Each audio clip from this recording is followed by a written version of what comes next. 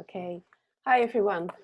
This is a new episode with Marc Amerigo, and he's the UltraPerformance leader, and with a wonderful project that he's doing the upcoming 3 years. And I'm Suzanne. I'm the founder of the International HSP Center and legacy leader for highly sensitive people. So thanks, Marc, for being here. I know you are under time pressure today. Yeah, kind of. Hello, Suzanne. Hello, everybody. Yeah. I'm like, I got things to relieve. To give to the press because the wind tunnel tests that we will be running for the project, and it's a lot of pressure. It's really tight. Yes. Yeah. Can you tell us a bit more? As you know, in this project, we are doing world premieres, world firsts pretty often. And this one is about going in a wind tunnel. That's a place where you blow wind on something. And we're going to blow wind on Antoine, the sailor, and his windsurfing board and sail. And we want to understand what's happening actually on the water. But we are in a building. And this is very, very technical, very difficult because we're going to measure many things. And in the meantime, it's a lot about seeing things moving, how the sail the shape is changing. So it's really about understanding what happens. So the press and the TVs are very interested in seeing this, and we have to organize it all. So there is the technical side, and there is the communication.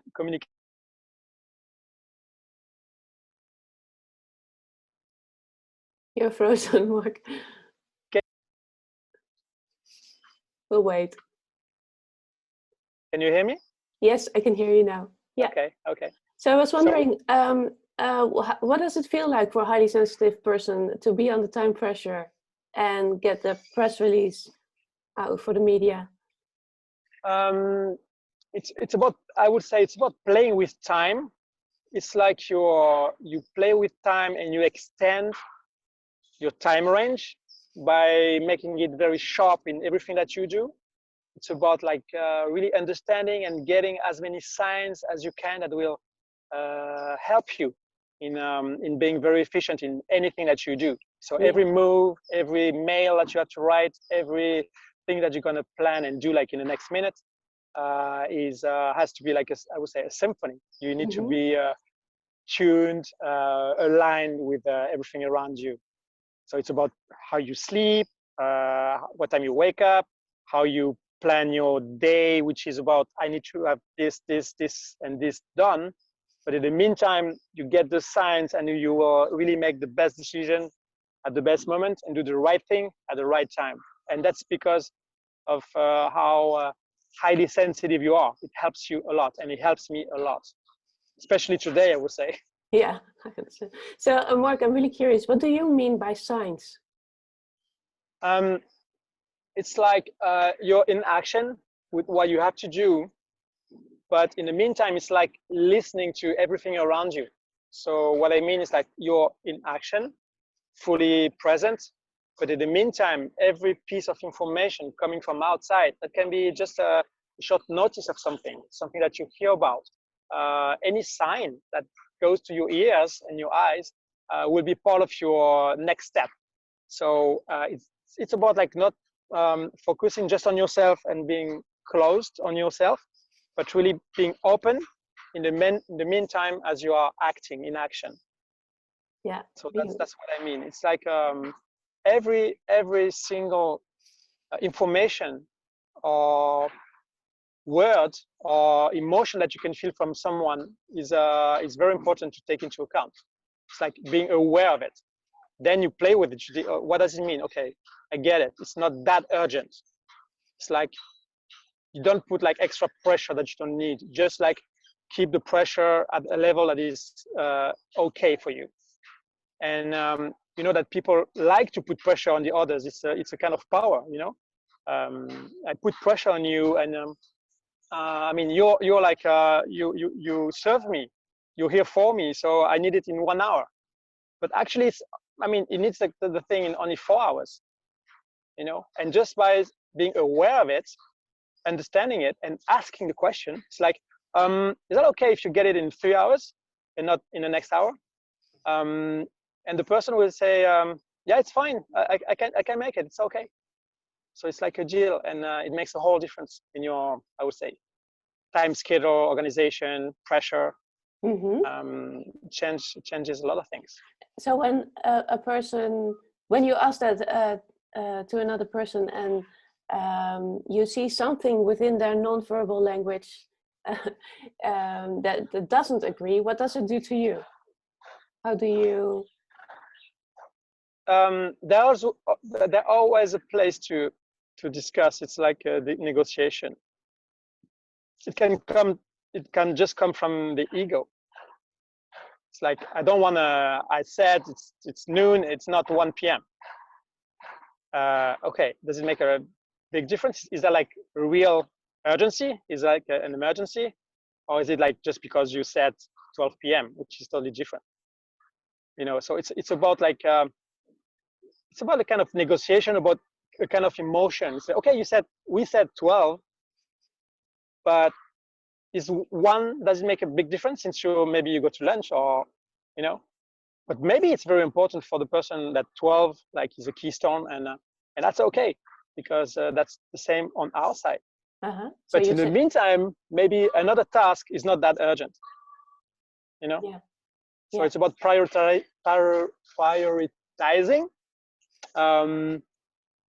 and being aligned with yourself and your whole ecosystem. Yeah, so really staying present and in connection with the people around. Totally. Totally. Yeah. And if you're like tired, just rest. Like, you can sleep for 2 minutes, 7 minutes, 20 minutes. Put a timer on and sleep 20 minutes, and you'll be so extra empowered right after. That makes a big difference. Yeah. So it's, you know, when it's like when you're sailing, racing, there are some moments where you can take rest, just like grab it. Yeah, those are power naps, if you mean 2 or 7 minutes. So yeah, but you can, I mean, everybody can sleep for 1 minute or 7 minutes or 20 minutes. Yeah, after a while you can train yourself. These are cycles. These are very special cycles, and our body is trained for it. We don't know it, but we can do it like very easily. Yeah. But of course, put a timer, like, because if you're really tired, 20 minutes, you won't wake up, you know. So put an alarm just to make sure it's better. Yeah.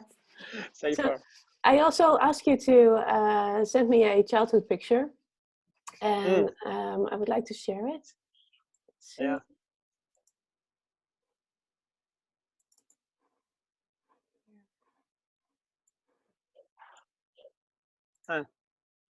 Okay. So tell me, how old are you? That was a long time ago. That was 40 years ago. I was like, I think I was 11 or 12. And I was seeing the world as being so hard between people being hard with the others. And in the meantime, I was really dreaming of a peaceful life, peaceful connection. I was enjoying life, and I remember that people were just like looking at me and smiling always, you know, because of this face. I was a happy boy. People could see it from outside, but inside me, I was really struggling between those two dimensions, being sad of seeing what I could see around me, and being joyful, like deeply joyful. Yeah. Yeah, it's a beautiful picture. Yeah. Were you a boy who collected things, or a cuddly, or? I was not really. At some point, I started collecting things, and I liked it. But at some point, I felt like it was a waste of time, because it was infinite, and you couldn't learn so much from it, you know. So I was more about building things and creating my own collection of things, of constructions, very simple things. I was really playing with like anything I could find. I would create my own world around it, you know. So at some point, I was more creating my thing than collecting things. Yeah, it's an interesting question. Actually, I started collecting things and I stopped after some time because I didn't see the point because it was endless, you know.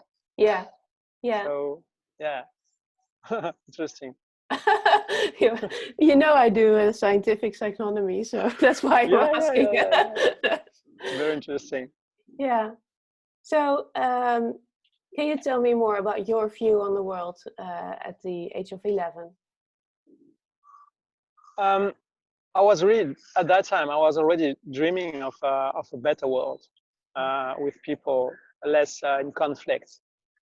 There was something in my family.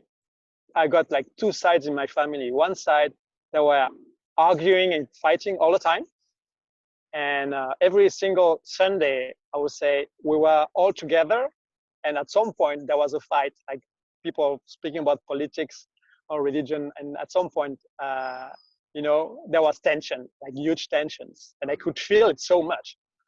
And on the other side was the total opposite. Everything was okay. My Italian side family, everything was okay. Everybody was happy. The family was living all together. There was like, it was not easy. I will discover later that it was not that easy. But in the meantime, it was like life was still peaceful, I would say, with not that much tension. And so I had this vision of the world, you know.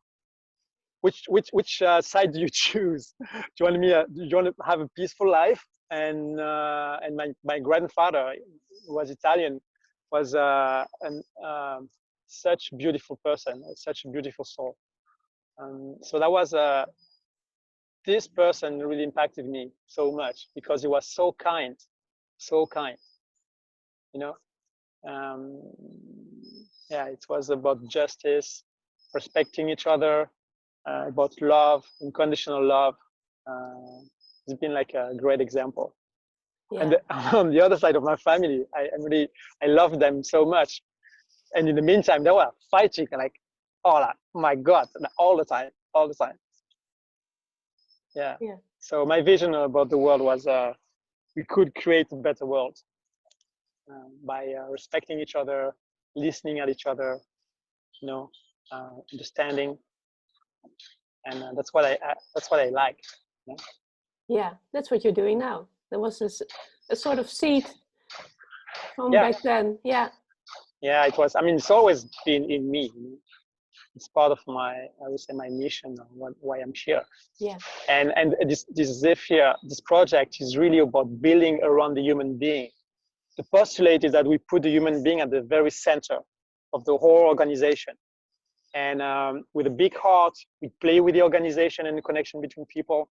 And we play with technology, being balanced. It's not about transhumanism, it's about really finding the best balance, equilibrium between technology, human, and nature and the elements. It's about being in osmosis with the elements, you know, flying over the water, in the wind, at very high speed, peacefully. It's like a seagull, Yeah. and it's peaceful. It's about connection. You know? Yeah. So yeah, I love it. Yeah. I do my best to push this Yeah. all over the world. Yeah. Yeah. Yeah, definitely. Yeah, I can see that and feel that. Yeah. And what would you like to say to your younger 11-year-old about his high sensitivity and the world? I would love to say that keep your eyes open forever, like they are now. Like, be open to the world, and you can change. We can impact the world. It's not about entering and being part of the system. It's about seeing the system as how it is today, how it has been built, and what can we do to make it better. And we can make it better. We built this system that is not always so easy, and especially for highly sensitive people, very difficult. I mean, you cannot show your vulnerability. you need to somehow to hide. So it's not natural. It's something that is difficult to live with. But as kids that we are, and that we stay all our life, let's be kids. Like let's keep our light how it is when we are kids. And I love like being a kid, you know, all my life. That's how we change the world. I could meet the Dalai Lama and spend a week in Dharamsala. And what I could see is how this human being, who's I would say a god,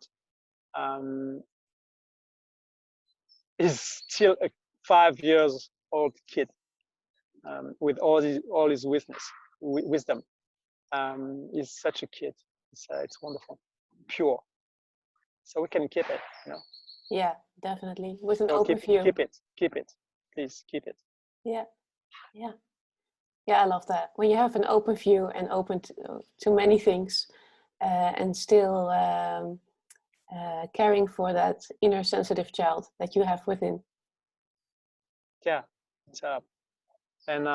it's so powerful because it impacts people around you. You know, it's not. It's okay. People are touched by that. Doesn't mean that you're not professional. You can be like highly skilled and professional in what you're doing. But in the meantime, this kind of light, this spark in your eyes, in your life, in how you are with the people is such a powerful thing. Just like without any effort. I mean, just like allow it to be. Just be this way. Beautiful, Marc. Thank you, Suzanne. Thank you. I love talking to you. You know, it's nice. It's like a big breath. You know, it's part of my daily life, and I love it. Really, thank you. Yes, thank you. Of course, you know it's likewise, right? So, it's great exploration. Yeah. Yes, it definitely is. Yeah. Okay, well, I won't keep you any longer. I know you have a really busy day ahead. You have to work on the press release. So good luck. Yeah, sure. Well, you know what? If I had been sticking to my plan, I wouldn't be here. But because I'm here, I've been talking about this in my childhood. I will be so much more open and powerful in the next hours. I know, so, you're more present. Yeah. Yeah, it's good. Thank you. Okay, you're welcome. Okay, good luck. Have a nice day. Thank you. Bye-bye. Thank you. Bye.